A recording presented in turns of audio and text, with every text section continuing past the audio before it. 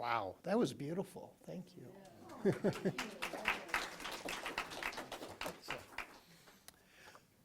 Good morning, bonjour, good morgen, dobro jutro, dobro utro, namaste, buenos dias.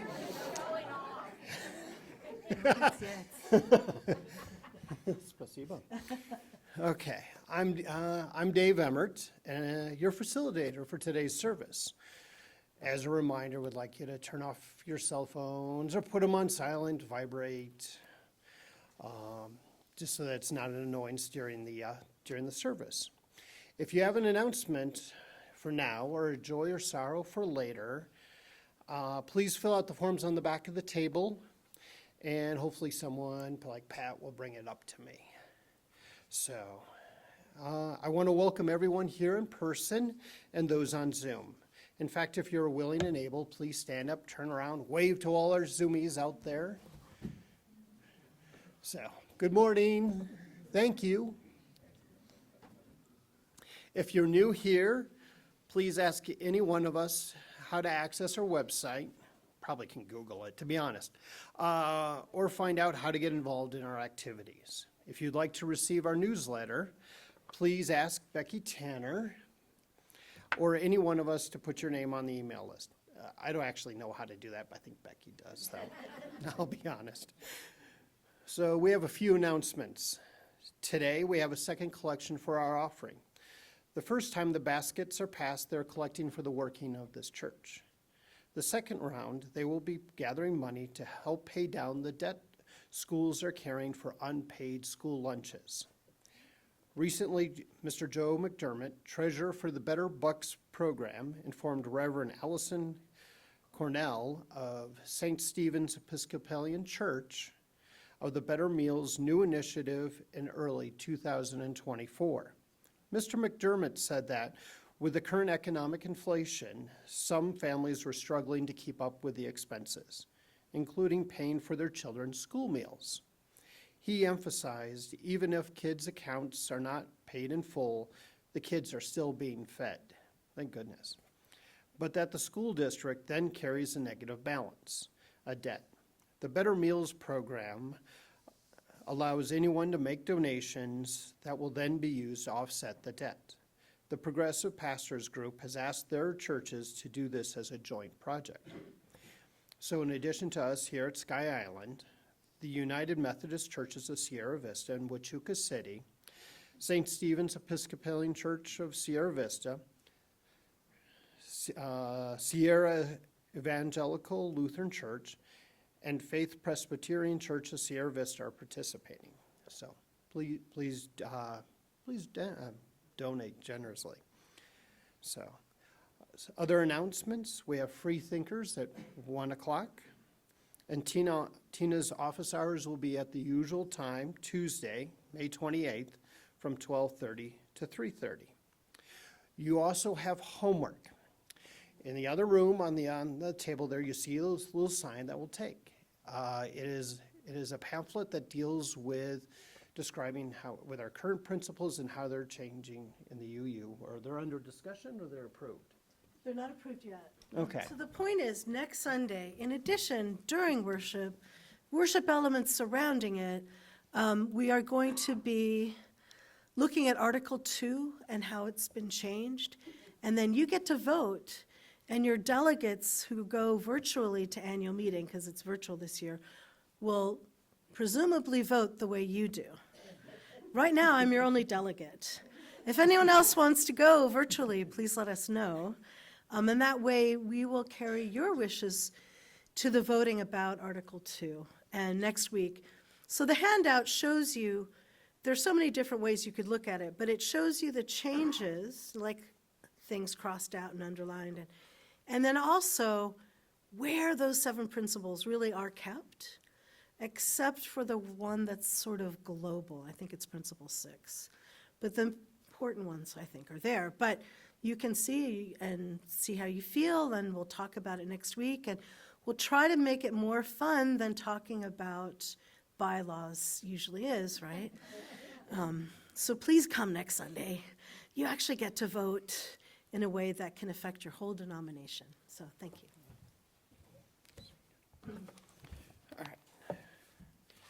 Let's see. As a reminder, there is a lost and found area that's on the table in the community room.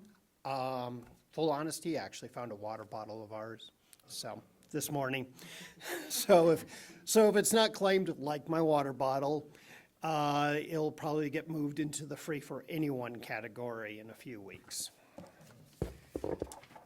Let's see. Then from Ginger, there'll be a combined work session board meeting today at Ken and Becky Tanner's home, beginning at 12:15. And our last announcement I have is there's a caregiving support group.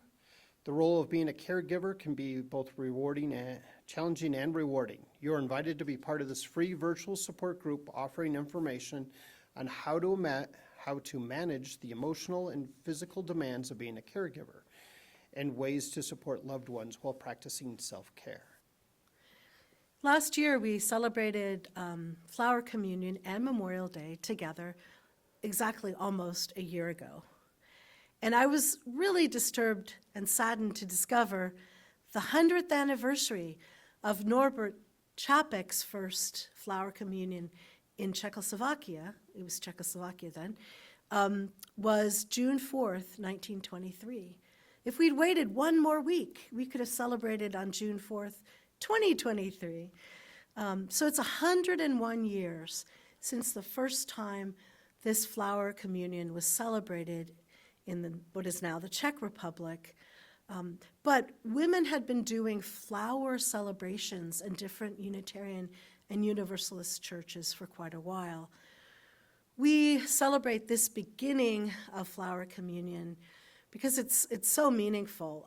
Norbert Čapek was imprisoned during World War II and did not make it out of Dachau alive. His wife came to the United States and in 1940 shared the Flower Communion that they had done together before in Czechoslovakia. And there's a story, I don't know if it's true, but I like it, that in the concentration camp, they continued to do Flower Communion. And could you imagine taking a weed or anything that was alive, maybe even a stick, I don't know what they had to find to use, and coming together, showing your unity and your community. The idea of Flower Communion really is two-part, the way they do it in the Czech Republic today. You are invited to take a flower, and it's a symbol of your free will, of bringing up a flower that represents your uniqueness, your beauty, your talents, your sharing of yourself, all of yourself, with this community and the wider world. So during our first hymn, if you don't have a flower, I invite you to pick one up and come up and leave one here. This is a way of saying that we are a blessed community that brings individuals with unique traits and beliefs together here in this place.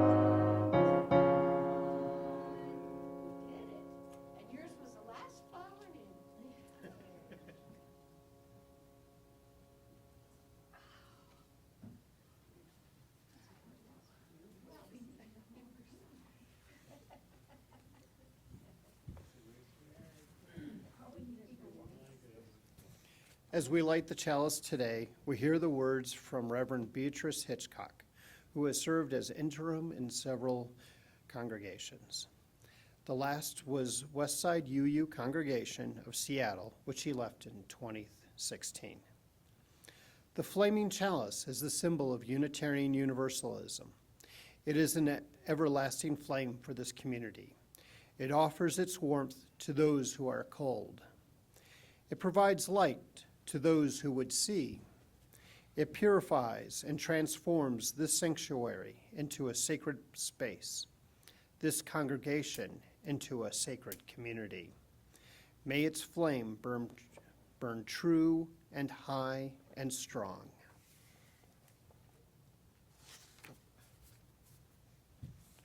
We are a caring congregation and share what gives us joy and what weighs heavily on our hearts. I will read the joys and sorrows I have here. Are there any more in the back? Nope. Okay, so first one I have is from Gary. His sorrow is banner. Alzheimer's Institute has determined Lupe's dementia has worsened and she should no longer drive. She is driving this morning, but it will be the last week. Yeah. And then we have a sorrow from Richard Spencer. Richard's mother, Alice Franco Spencer, is in her last days, maybe hours. She is at Pepe's house in Tucson, an inpatient hospice surrounded by family. As of yesterday, Richard writes, she is no longer responding verbally, but she can hear, and she still responds non-verbally when she's awake. Please keep Richard, his mom, and his brother Wayne in your prayers during this tough time. And for the people on Zoom, is there any in the chat? I think it's kind of a joy. Well, we do joys too. It's okay. Mackenzie Opat has a new puppy sitting on their lap, messing with things on the laptop. So, if there's any others on Zoom, you feel free to unmute and speak them now. Okay. So I'll add a few stones.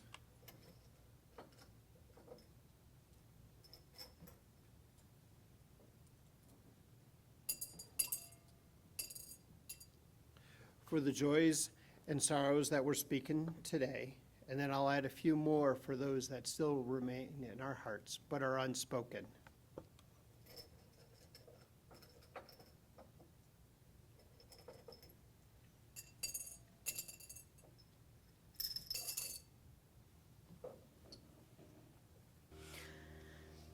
Last year, I had fun preparing for Flower Communion. I named it last year Flower Power and discovered that a UU named Gary Kowalski had already written a meditation by that name. And he described the power of flowers. One thing I hadn't really thought about or known was that once we started having flowering plants on this planet, and you know, I learned this when my kids watched Dinosaur Train. There was, many, many millions of years where we had plants but no flowers, right? Once we had flowering plants, we had more seeds. We had a portable form of snack and protein. Mammals were more possible. We might not be here without flowers, folks. And I remember when I was preparing, I looked up, I Googled, maybe, by chance, there'll be something that will say the very first time humans used flowers to commemorate the dead. And I actually found something. The Smithsonian Magazine had an archaeological dig that thinks it found the very first evidence of using flowers in a burial. You realize flowers don't fossilize or endure very well. And so in this burial, they had put a mat of flowers on top of a mat of mud and then the body on top. So the flowers were preserved. And this dates from anywhere from 13,000 to 17,000 years ago in a place that's now part of Israel. So it makes sense that human beings have been bringing flowers to graves for many millennia, right?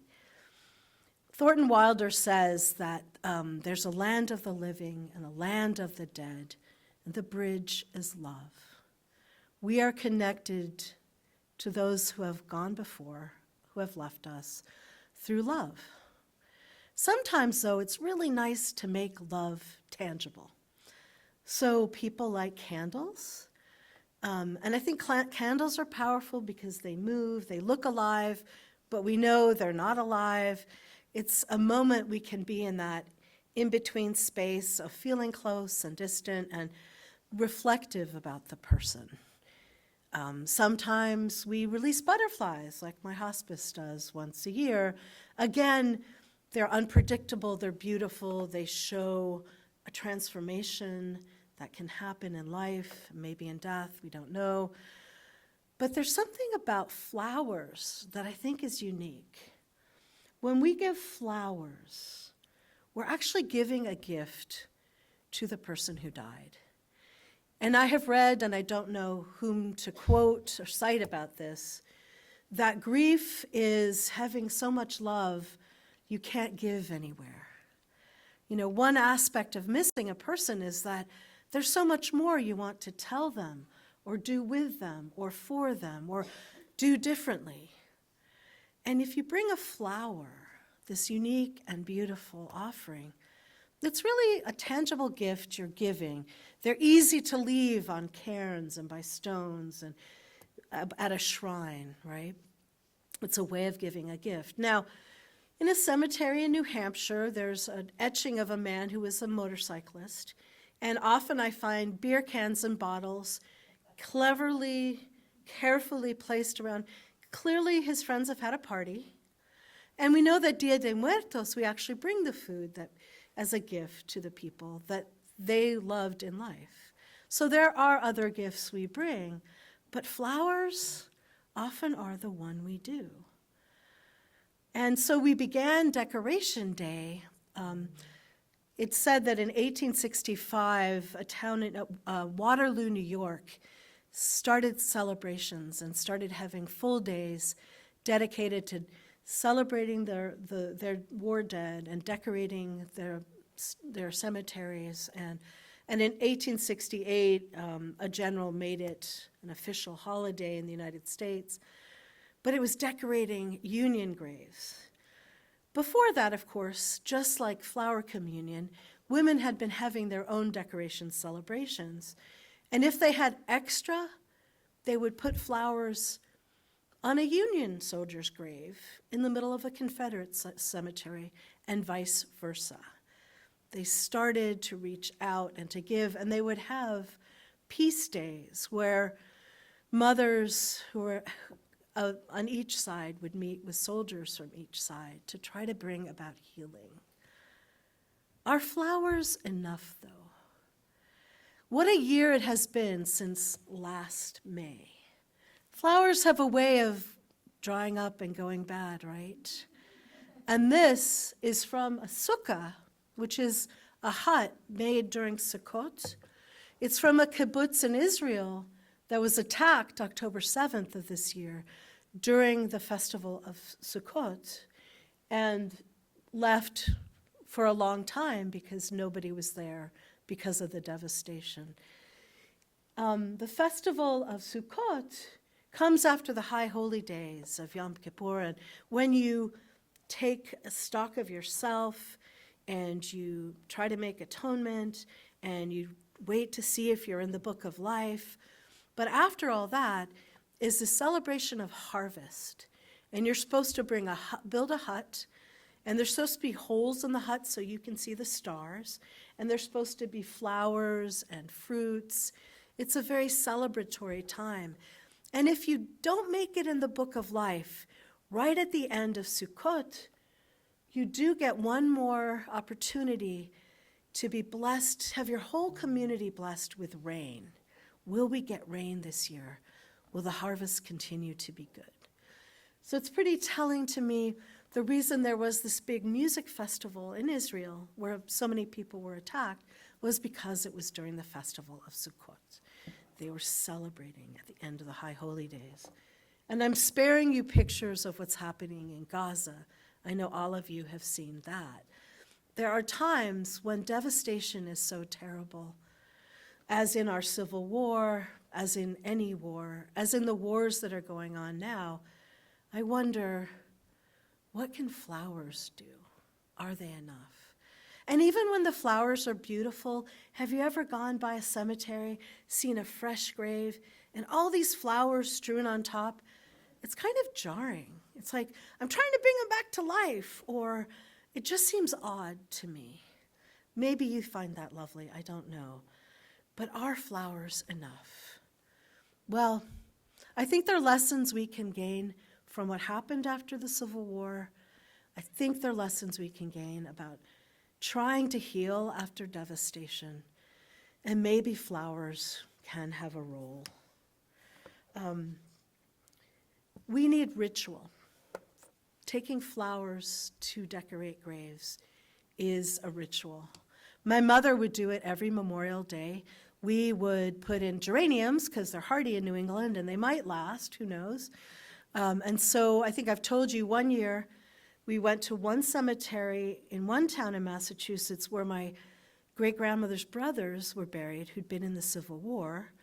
And then we went to where my father was buried, and he'd been in World War II. And then we went to a cemetery where my mother was born, and nobody had been in World War I. But we put flowers and we put plants everywhere. We have our rituals, don't we? We have a way of saying you matter, you're still part of a family, you're part of our life. But often we don't do them well enough. And of course, one of our worst times in our history about dealing with the devastation of war happened after Vietnam. There is an author who wrote a book called very simply, What It Is Like to Go to War, and his name is Karl Marlantes. And he talks about when he came back from Vietnam, you know, he got spit on once. He thinks the spitting on soldiers didn't happen as much as people think, but it was so noteworthy that you remember it. He said, many of my friends weren't spit on, but it was this terrible reaction because of the protests against the war, because the country was divided. But there's so many ways they could have been treated differently, could have had better rituals for coming back.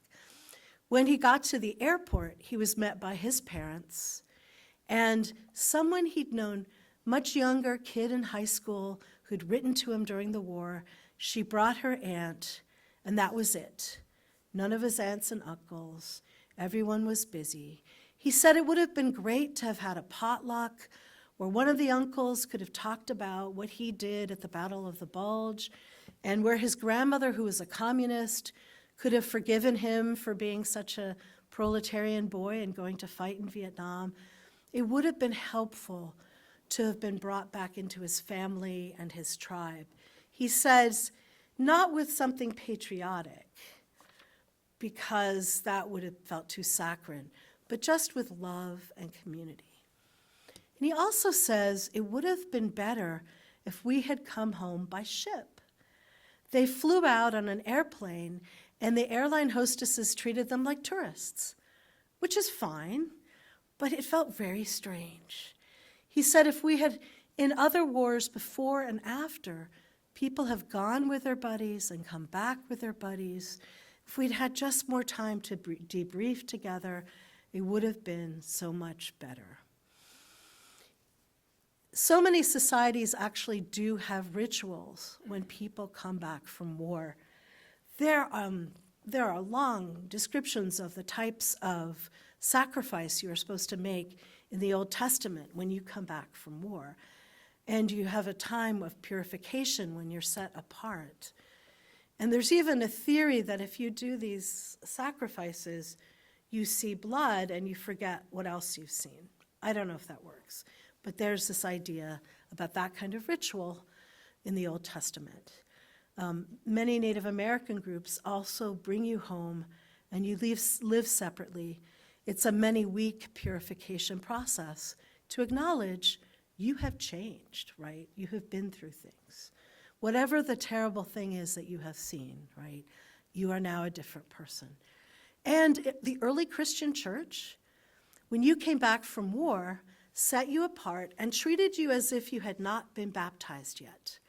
You had to go through all the learning, the catechisms, whatever, and stay apart for a few weeks, and then be rebaptized to rejoin the community. It makes some sense that there's separation and difference, to note that you've been through something different and terrible. And there's a second thing. We need ritual and we need care.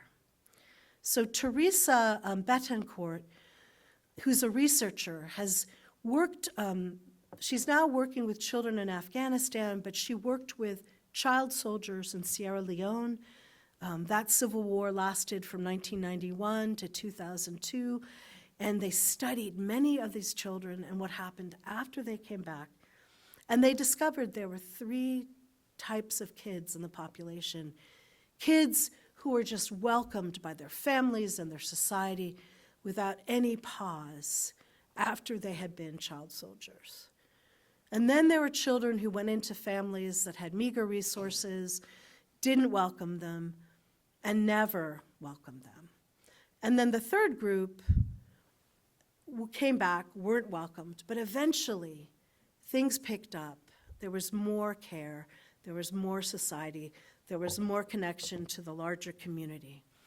And in studying them, the first and third group of kids did really well. So even if you come back and you're not welcomed at first, eventually if there is some society of care, a community that loves you and surrounds you, those kids did better in school, they didn't commit suicide, they didn't become violent. So even after a devastation, and there are ways that ritual and care can heal us and bring us together. And I think that's really important, that we think about flowers and more than flowers when we do that. We can't avoid violence always.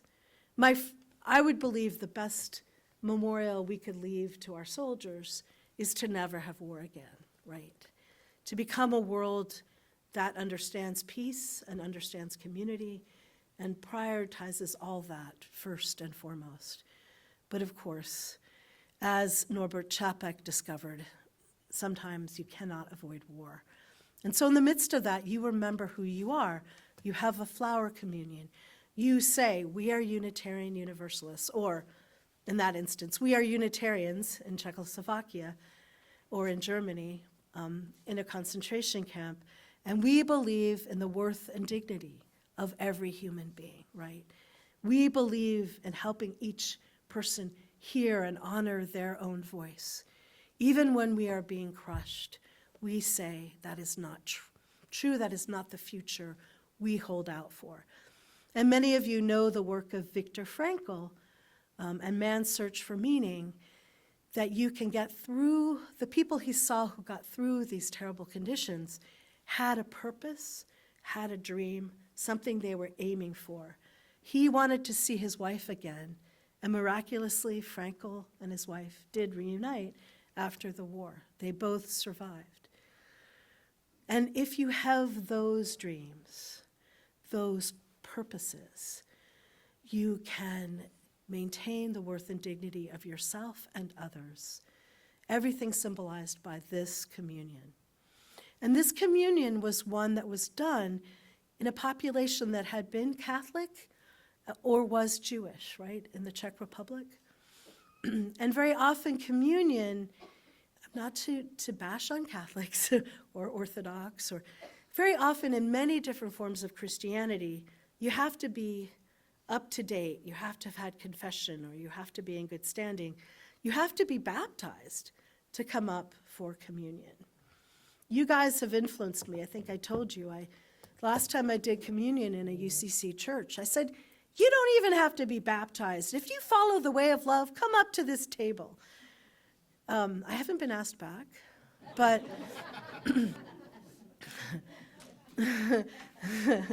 that is the way of love. And this communion says, whether you're a daffodil or a rose or a drooping poppy, drooping tulip, and I can tell you how to save drooping tulips, or a lily that's kind of keeled over, you are welcome here and your gifts are wanted here. And now I want to do the second part of our communion, which is you come up and take a different flower, and you take something from this community and from the world to acknowledge that you are unique and beautiful and talented and blessed, and you are a gift to the world.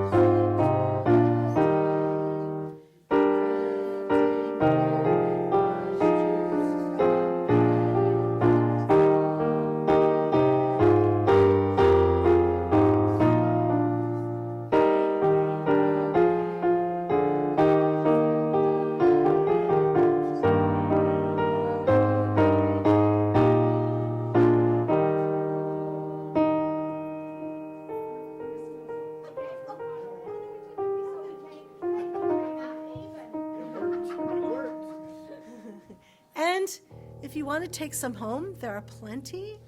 Last year, I took them to people in the congregation who hadn't, in our community who hadn't been in the church for a while.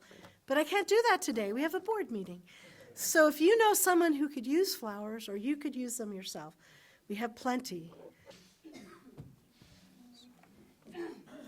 Flower communion reminds all of us who take part in this ritual and of the many UUs around the world. Our closing words come from Reverend William G. Sinkford, who served as the 7th president of the UUA from 2001 to 2009, and as the interim co-president from April until June 2017 during a rocky time. He received the award for distinguished service to the cause of Unitarian Universalism at the General Assembly of 2002. So as Unitarians, or Unitarian Universalists, we draw from many sources. So we're going to draw from my Baptist background. When I gesture, please say amen, and give a good Baptist amen. Amen. There, Becky knows what I'm talking about.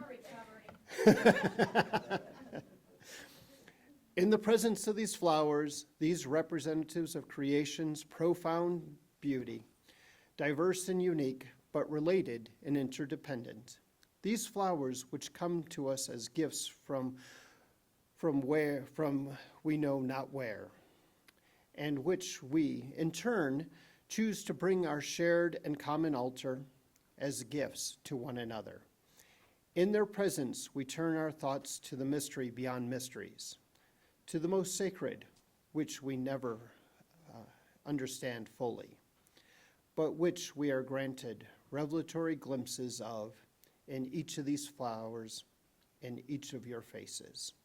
And through relationships with neighbors, near and far, may they remind us of grace we have known in days past, forgiveness we have been granted and provided, love unearned and shared, recovery begun and established, generosity unforeseen and most sacred.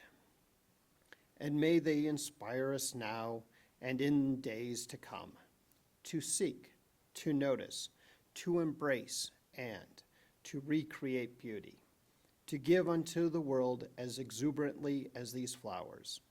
Our spiritual support this morning turns, especially to brothers and sisters around the world who share our faith.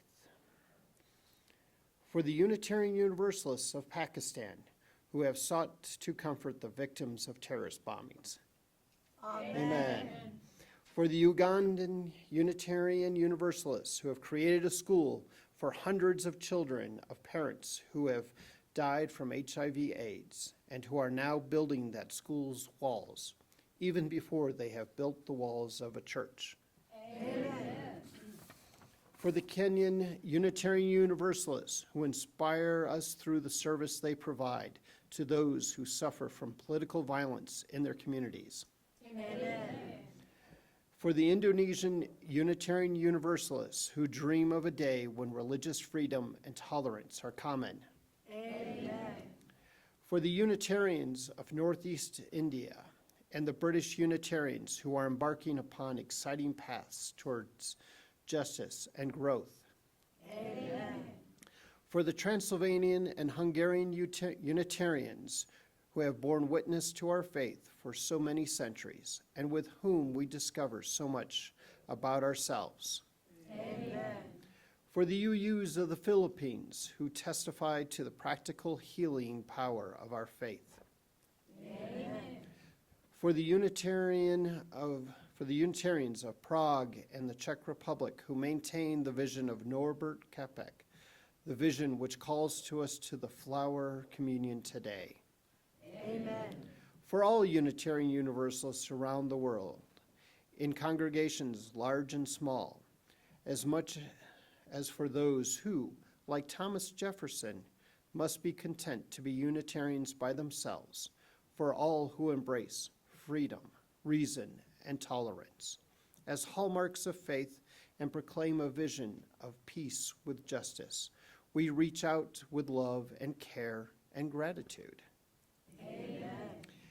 May the meaning and message of Flower Communion be alive in our hearts, inviting us to be faithful partners in the creation of beloved community and guiding us towards right relationship with all our neighbors, near and far. Amen.